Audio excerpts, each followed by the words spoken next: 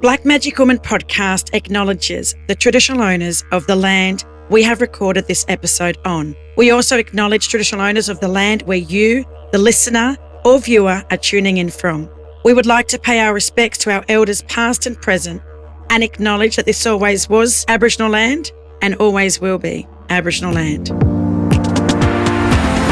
Welcome to the Black Magic Woman podcast with Mandanara Bales.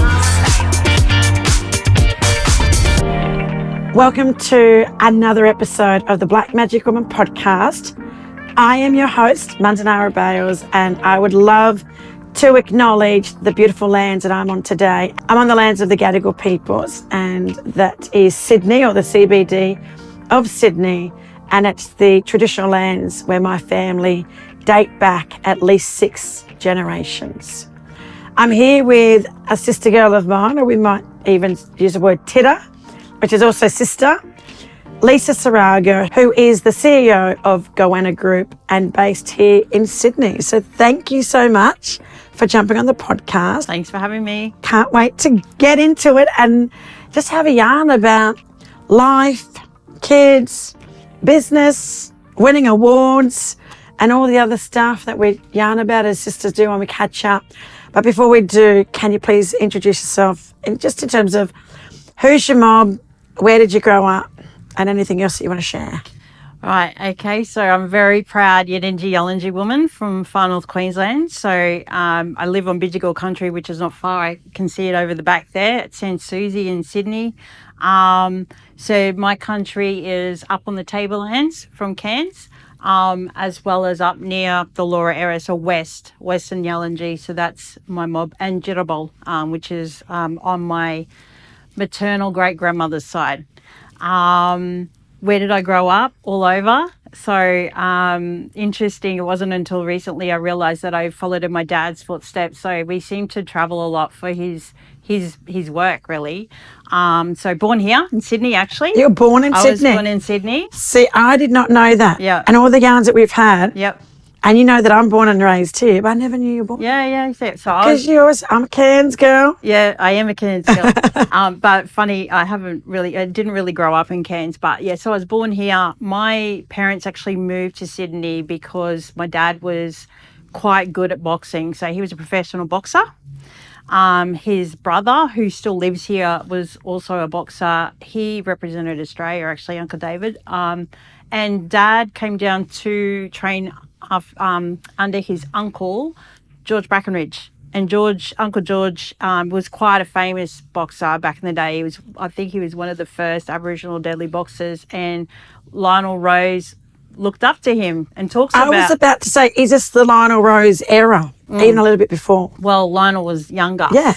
So and Uncle George is still alive today, which is awesome. I just saw him a couple of months ago. So they came down to do boxing, but my parents were very homesick and went home, I think, twice. And the second time they decided to stay back in Innisfail, which is where everyone else in my family was born. Wow. So you're the only one outside of Queensland. Yep. And you go for the blues. No. I was going to say.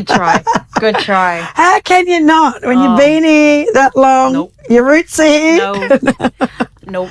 I get you a blues jersey. No, thank you. What about your kids? So they're also Maroon supporters. Oh, are they? I just put that.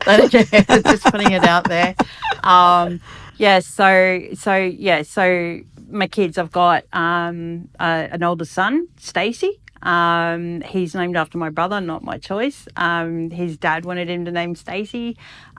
He's 26. So I had him when I was 20. He came to my 21st birthday when he was 3 months old, and I was the designated driver. So that was fun. On your 21st? On my 21st, I was the designated. I drove my drunk dad and uncle home. That was fun. And it was quite ironic because I was never going to have kids. And I was a bit of a party animal. And I was the sober driver on my 21st, but it was cool. And then there was a big break. So my son had hemiplegia, cerebral palsy. His father and I didn't stay together for very long, and I was pretty much the single mum for a really long time. Studied. So I studied while I was looking after him, of being a mum, I should say. Studied my psych degree, and then I got interested in HR. So I started doing my business degree and started working in mental health. Loved that. And then my dad got sick, so I had to, and what I was saying about my childhood. So born in Sydney, went home to Innisfail for a minute. I think we moved to Cairns when I was 3. My brother was born. We moved to Weipa. I did my primary school up there. Loved it. Yeah. It was the best growing up in Weipa. Still have really good friendships from those days. Hardly see them anymore, but they're like sisters to me. And then moved back to Cairns for a couple of years, came down to Brisbane, went to Salisbury High, which is how I know Tamika. Tamikan. Get that right, Tamikan will be listening. Sorry, Tamikan. So you met Tamikan, you knew her from Salisbury High. Yep, we went to school together. Went to school together. Year 9 and 10. And I went to Yeronga High, and we used to play Salisbury in inter-school sports. Yes. And did we beat you? No, not in basketball. No, we were very good at basketball. Rugby league, Salisbury were good. Yeah. Yeah. So yeah, went to high school there. Then I did my senior in Cairns, and not long after that, Stacey was born, obviously, when I was 20. And then, moved to Weipa when my dad got diagnosed with cancer. He actually pioneered a traineeship program in Comalco. It was Comalco at the time, now Rio. So he was, I think, 3rd down in terms of management, and he created their traineeship program. They've got a traineeship award named after him. So I was up there for about a year while he was obviously sick, and then he ended up passing away in my house in Cairns. So I just made it.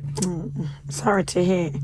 I know, talking about our family, especially when we think about their contribution to our community and to the broader society, and the fact that it's like we've got their legacy. We've got to continue. The pressure. The pressure's there. The pressure. And it just made me think when you said your dad passed. I thought about my dad as well. And just his legacy now. He was in media, especially radio, and then here I am with a podcast. It's crazy. It's awesome what you've done. You've carried it forward.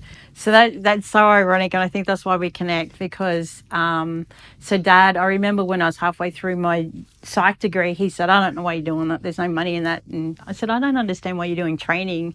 And now I'm sort of like the CEO of RTO. So I had it all around me when I was growing up, and he was so passionate.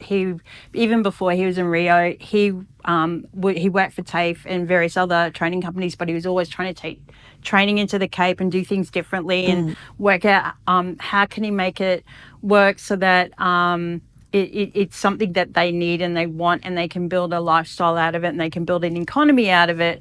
And he always used to say, I'd get in trouble if I let anyone that's not a black fella in, but if they're also not have the opportunity. He was all about opportunities. So my people first, but also opportunities, which is why I love Goanna, because Goanna is about black fellas first, but it's all diversity and people that don't have opportunities. So that was Dad's legacy, and I'd never thought I'd ever have that pressure until I realized that my dad was the kind of person that had a high level of, he was the kind of person that you'd want to try and prove yourself to. Yeah.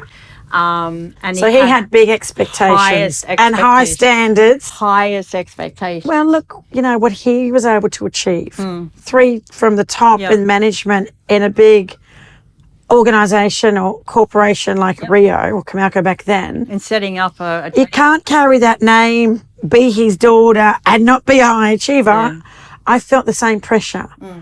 So, Yeah, I used to say Dad was the overachiever, and I'm definitely something like that. I actually do tell people I'm an overachiever. And there's nothing wrong with that. No, absolutely not. Our people have always had the highest standards. They did everything to the highest standard. Yep. Our people. Yep. And I think that's really important for our young people to know that. Yeah. That, we're not putting extra pressure on you, but we've got high standards. Yeah, it's interesting. Black fellas, to remind ourselves that. Yeah. because a lot of Australians don't see that. No, and it's funny because the conversations you have with your titters and in private is like, I don't understand why they don't do it this way. This is the way, like thinking that we've always been sort of brought up in mainstream society not to think that we can achieve stuff, because my dad raised me saying, you've got to be twice as good as the white fella next to Even you 10 times. if you want to be treated the same. You've got to work 10 times harder. Yep. The doors will not just open for you. Yeah. So again, similarities here. Yeah. And the next time I heard that after he passed was Anilani Blanco. And I was debriefing with her. I think I was working at UCIT at the time, and she said, Bub, and she said that to me and went, I haven't heard that since then. She goes, well, that's from Grandad, and that's Grandad Silver Blanco. So you're related to Lani Francis Blanco. Yeah. So Lani Francis Blanco used to run, I'm pretty sure, the Qantas Indigenous Employment. Same one. I think she pioneered that. Was she a hostess? Yeah. What was she? I don't know. I don't Just know. beautiful. She pioneered it. I remember looking at, not looking at it, but looking up at her, just going, Same. I'm in awe of this woman. Yeah. And then IAG. Yeah. Okay, same woman. Yeah. Here in Sydney. Yep. Yeah. She actually lives across the highway from me at St. Susie. Oh, big shout out to you, my Tina. Before we get into, Goanna Group and what you do there, your two daughters, I saw their photos. You can't forget them. No, so I hadn't got to that part. So yes, after my dad passed away, I was working for community, probably the best job I ever had.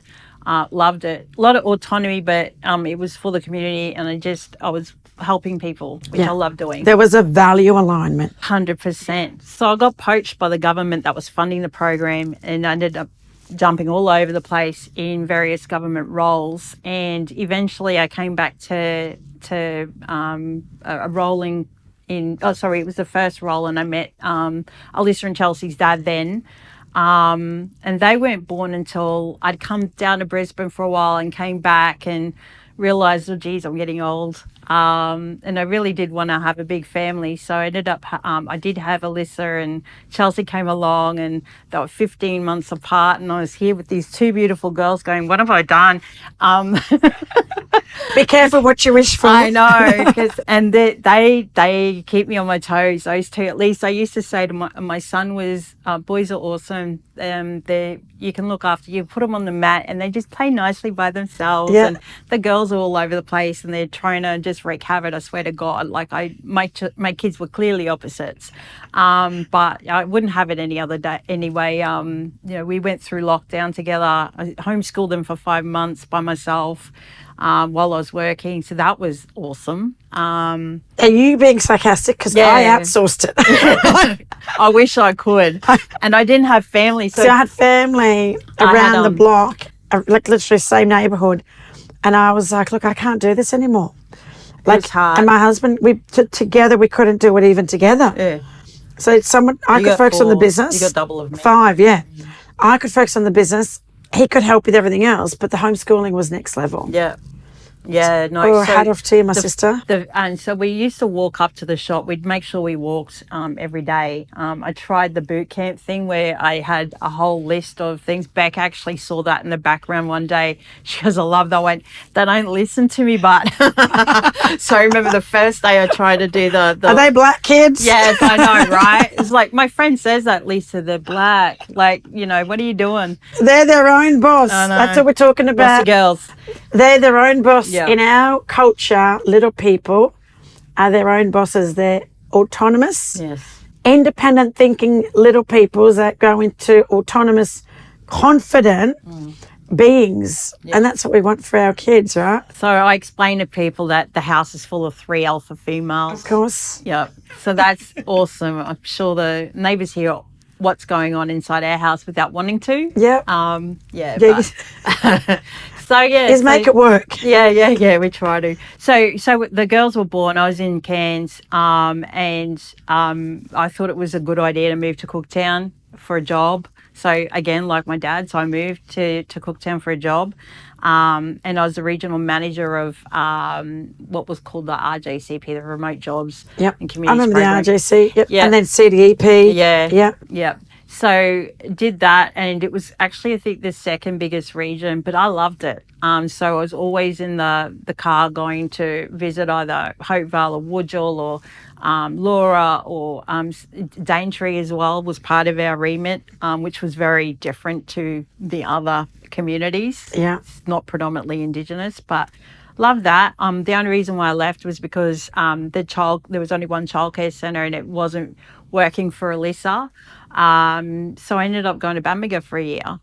As we do. As you do. Go to the tip of Cape York. Tip of Cape Tip York. of Australia. And my auntie would say, and dragging those two little girls with you. Oh, of course. Yep. Oh, you're a terrible mother. Yeah. So I took the girls up there, and it was really awesome because they were still young, but they got to be involved in culture in a way that you can't do here. So, and actually my little one, she was 3.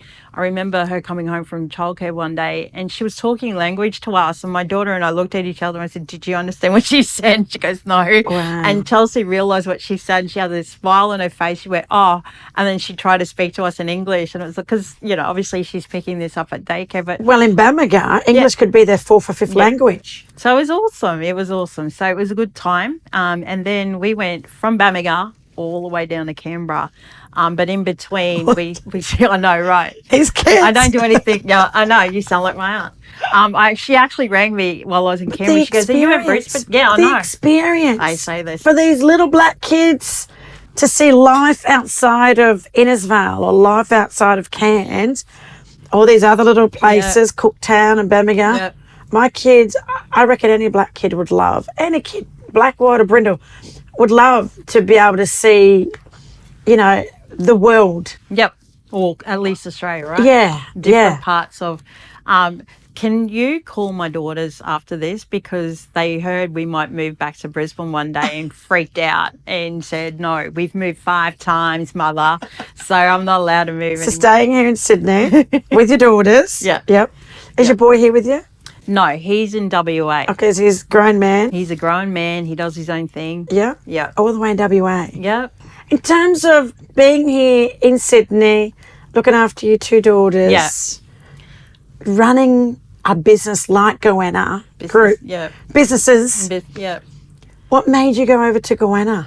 Oh, geez. So I actually moved to Sydney to go to USED. So not to go to USED, but I was working in USED. And I met these 2. I wasn't part of the Indigenous unit. I was in HR, so I was very isolated.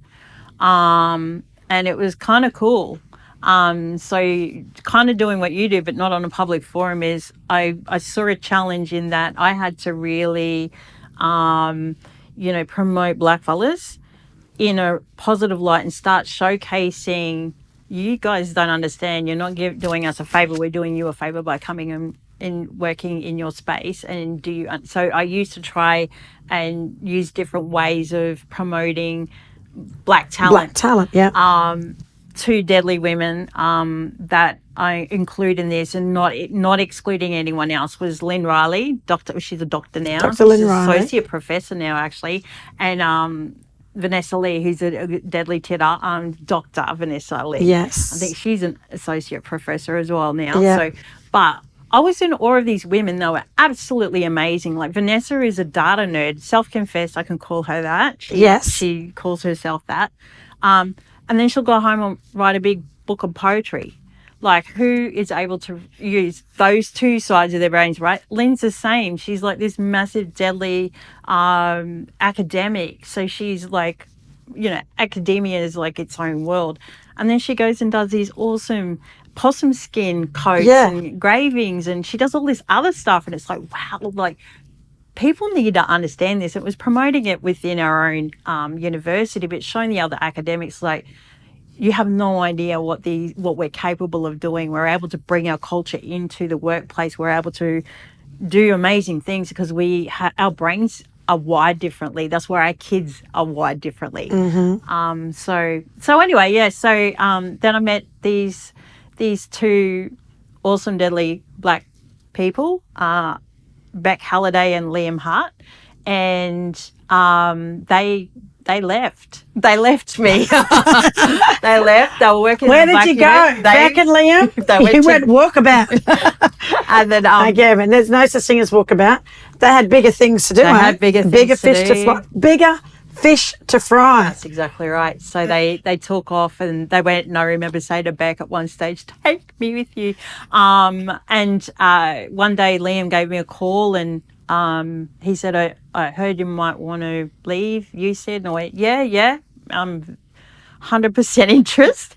And he said, I think I heard you're good at cleaning up stuff and doing stuff and creating stuff. And he's talking about stuff being orgs and companies. I went, yep, I love doing that stuff. I love challenges. So he introduced me to the various different directors of Goanna, including the founder, Corey. He and Corey were the co-founders of Goanna. So I was sold on the whole vision of Goanna getting blackfellas into tech.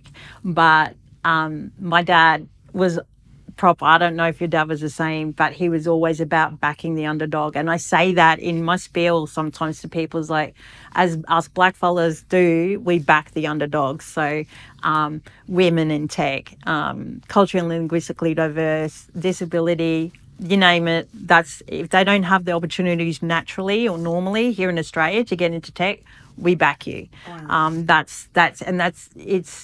It's so beautiful, that vision and the spirit of the company, that you can really tell that you're working in a company. Even like the moment we're under the pump, everyone's stressed, but there's no animosity. We're all forgiving of each other if, we're tired or someone makes a mistake, because that's my other big thing, is mistakes equals lessons learned equals better things that we can create, right? Yes. So this organisation is based in Sydney. For people that don't know anything about Goanna Group, Goanna Solutions is one part of the company. So the original company is Goanna Solutions. So it was to be an end-to-end. We're about to turn 5. All right. Really excited about that. It was supposed to be end-to-end ICT solution, and we found that our sweet spot was recruitment and labour hire. Problem was, we still weren't getting a lot of blackfellas through tech. So credit to the board, they said, let's just build the pipeline. So they set up the RTO. And so the other awesome thing about Goanna is we're the only Indigenous owned registered training organisation that focuses on digital at the moment. So that is a huge achievement. Massive. In itself, to be a black-owned RTO, just to get an RTO up and going. Yep. And all of the paperwork. That happened before I came on board, though, so I can't take credit. So that's a huge achievement. It is a huge achievement. Like I said, credit to the board for that thinking, and so we created that. So that's Goanna Education. Mm-hmm. And then we've got Yapang, which we're in the process of getting it DGR status, so that we can actually get donations and raise money for as a charitable organisation for us to get scholarships for Indigenous people, so they can actually study and get them into placements and stuff. So we've got the labour hire, we've got the RTO. So what we're doing at the moment, we're playing in this awesome space where, and I should say the middle part is the D&I space, which is the part I love. I love Indigenous leadership. I love mentoring. I love working with people to create a more, we were talking about this, is it culturally safe or is it inclusive? Yeah. People feeling a little bit more comfortable. And it's more around making sure that one day when you walk into a workspace, you can tell that it's an Indigenous workspace, right? But it's not. It might be Commonwealth Bank of Australia or something, because that's the way, will be the Aussie way, will be our way one day. That's the dream anyway. I love it. Yeah. So what we're doing, and the prime, I guess, the test or the prime model, if you like, that we're doing at the moment is with Microsoft and Queensland Government. So we're doing traineeships, but we're building the capability of the supervisors in the workplace while we're also mentoring in a cultural way our trainees. So they go through our program, they go into employment, we follow them, and everyone's supported. So that's unique. It is unique. It's an Aboriginal approach. Yeah. For Aboriginal candidates. Yeah. But you're also building their skills and capability, I guess, in IT. Yeah. That would be the traineeship. Yeah. So for people that are listening or watching this podcast, what would you say to them in terms of opportunities if they're thinking about IT or STEM? So what I would say is, I guess for the digital sector, we're not naturally encouraged to, but the way our brains are wired, absolutely. If you think of things that are scary like cyber or programming, the more natural people that are able to excel at that is musicians, artists, people that can see patterns. That's how our brains are wired, no matter if we're data nerds like Vanessa Lee.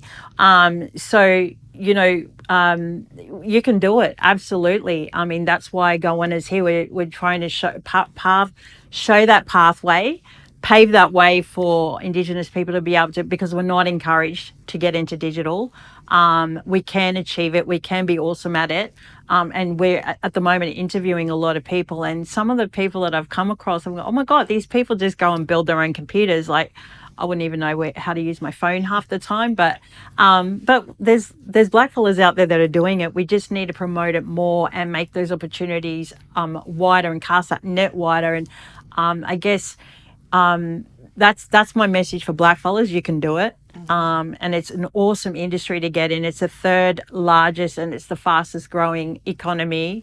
The best thing about tech is you can actually earn your dollars while you're at home. So they say learn on country, earn on country. Yeah, learn on country, earn on country. Yeah. But it's basically you can be on country while you're zooming in for wherever and still work in tech. Yeah. And still make really good dollars. So some of these the jobs that we have, they're like 80 grand start rate, which is amazing opportunities for a mob to be able to do. As soon as, for me, if we're changing one person's life, you've changed that whole family unit, and then you're making impacts on community, right? That's how I see it.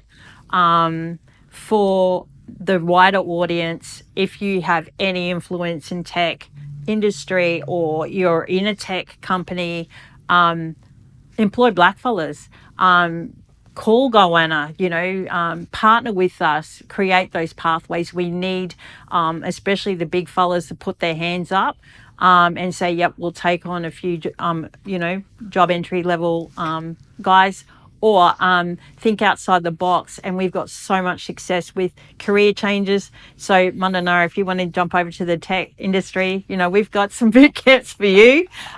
We've had some people come in, like accountants and people from all kinds of life, mums that have just worked, being mums all their life, have come in and started studying with us, because you gain skills being a mum at home anyway. So it's not like it's not a full-time job where you're developing skills. So Deadly. But now I can see why you were the worthy recipient of the Women in Digital Award in the Indigenous category, and I just happened to be the person who was reading out the award.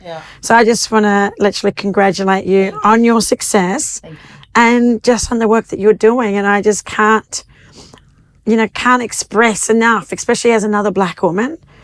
I've never been in a position in terms of raising kids on my own and trying to study and trying to hold a job down and carrying obligations and responsibilities.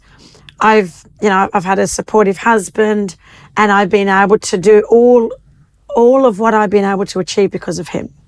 And you're doing it, sis, on your own. And I love that. And I've got sisters and cousins and aunties, same kind of similar stories. But yeah, I absolutely admire you. And I just think you're too deadly. And I couldn't wait to get you on the podcast so that I could learn more about you.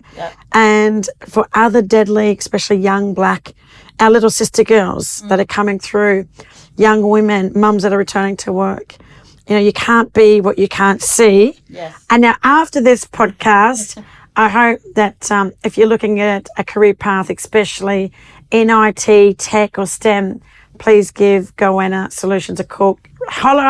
Reach out to Sister Lisa.